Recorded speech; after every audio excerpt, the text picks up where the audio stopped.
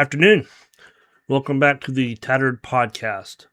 Today we're going to switch it up a little bit. Last couple we've really talked a lot about suicide and recognizing the signs in your people.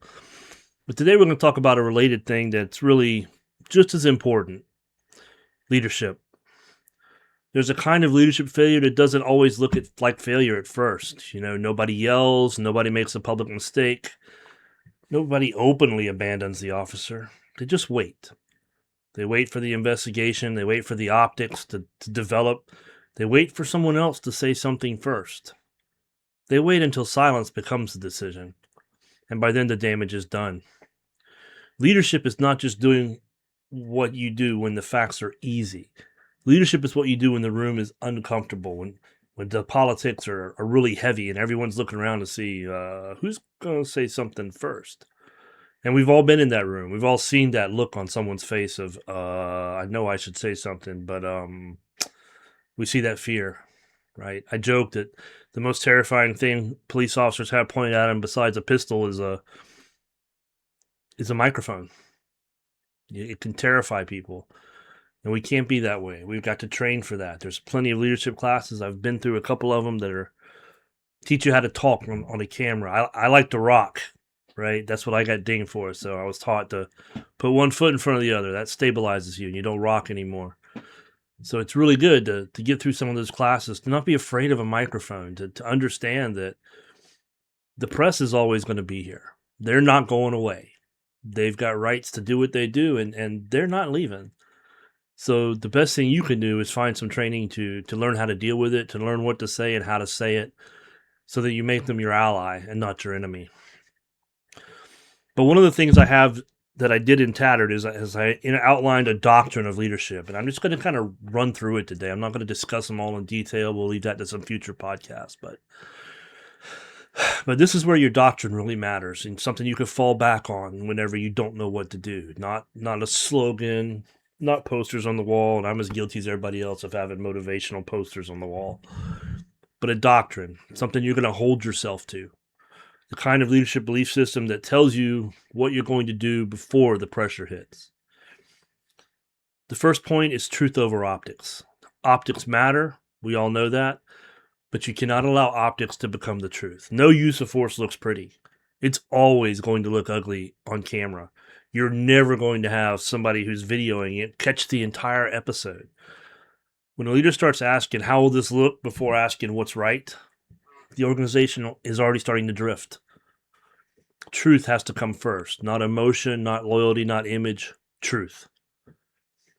My second point in the book about doctrine is process is power.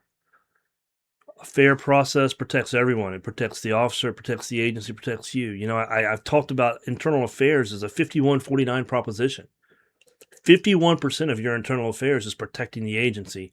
49% is protecting your officers. And on probably 95 to 97% of complaints, they align. 100% your job is protection. Don't forget that. Don't let one outweigh the other. But the fair process protects everyone: the officer, the agency, the community, and most importantly, it protects the truth. But a process only has power when it's clean, consistent, and courageous. If the process becomes a tool that just justifies your decision, a decision that was made before the facts were there, then it's not a process anymore. It's called cover. That's what that is, not process. My third point in my doctrine is people before narrative. And this is where we sometimes get it wrong in policing. The story starts forming fast after a critical incident, right? If you've ever been in a police department, the rumors fly, the story flies, and the next thing you know, you're the officer at fault, and something's being said, and you're like, that didn't happen. What are you talking about? No. And you have to start making corrections. The story starts forming fast. People talk, words change, assumptions harden, and the narrative starts moving before the facts are allowed to catch up. A leader has to slow that down. A leader has to have the maturity not to react immediately in anger, to say, okay, I know that 75% of the facts I'm generally told on the first call turn out to be incorrect. And I've got to have the maturity to understand that, know why. The people, they're not telling you stuff incorrectly on purpose. They're telling you what they know at that moment. And as time flows and it develops, you'll get a better picture of what actually happened. But if you just blow up because of what you're initially told, well, you've already screwed the whole thing up. You've already screwed up. You've got to slow it down, because behind every case is a person, an officer, a citizen of the country, someone who cared enough to put on a badge in a day and time when people hate us. Not everyone. I'm not foolish enough to know that. I know the police have far more supporters that are quiet than detractors who are loud. But there are people out there that just hate us. That person has a family, they have a career, they have a truck payment, they have an identity, they're important.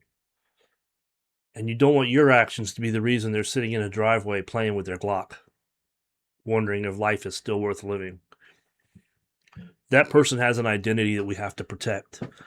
And if they're sitting in their driveway alone, wondering if it's still worth living, then it's our job to make sure they understand, hey, I see you. It's important. We will get to the truth. And that is so absolutely important. So we'll talk about some more. That's about half of my doctrine points from the book. But Tattered, my book, is not just a story about one officer. I have had so many people that have even got my phone number from friends and called me to say, hey, I'm the chief at so-and-so, and I've been through this. I know what you went through. I know what it was like to have people tell you, no, you're lying. And just be flabbergasted, not know what to say, because how do you say, no, I'm not, if they've already assumed that you have? It's not just a book about that.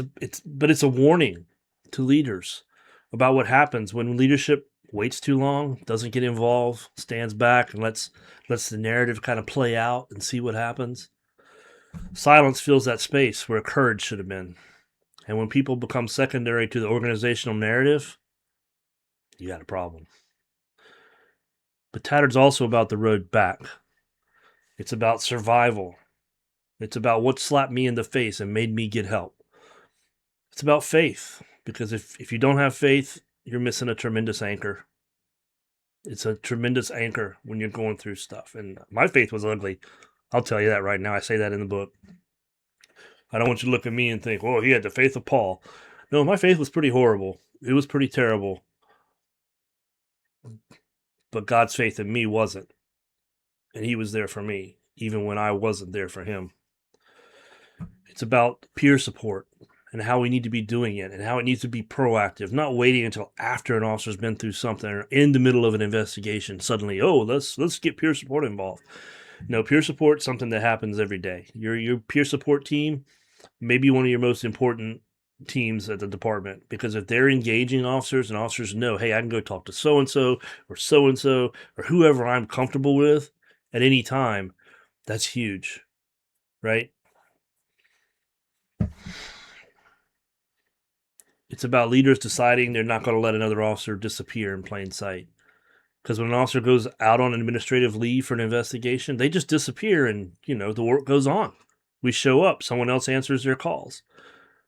That officer is still sitting at home wondering what in the world is happening. You've got to keep them informed. You've got to talk to them. I wasn't joking when I said I waited 141 days for a phone call from my department when I was out on leave. That's unacceptable. Absolutely, that is unacceptable. I called them several times to ask about stuff. Never got an answer. Never really got any type of answer. So if an officer disappears in plain sight, somebody needs to be following up.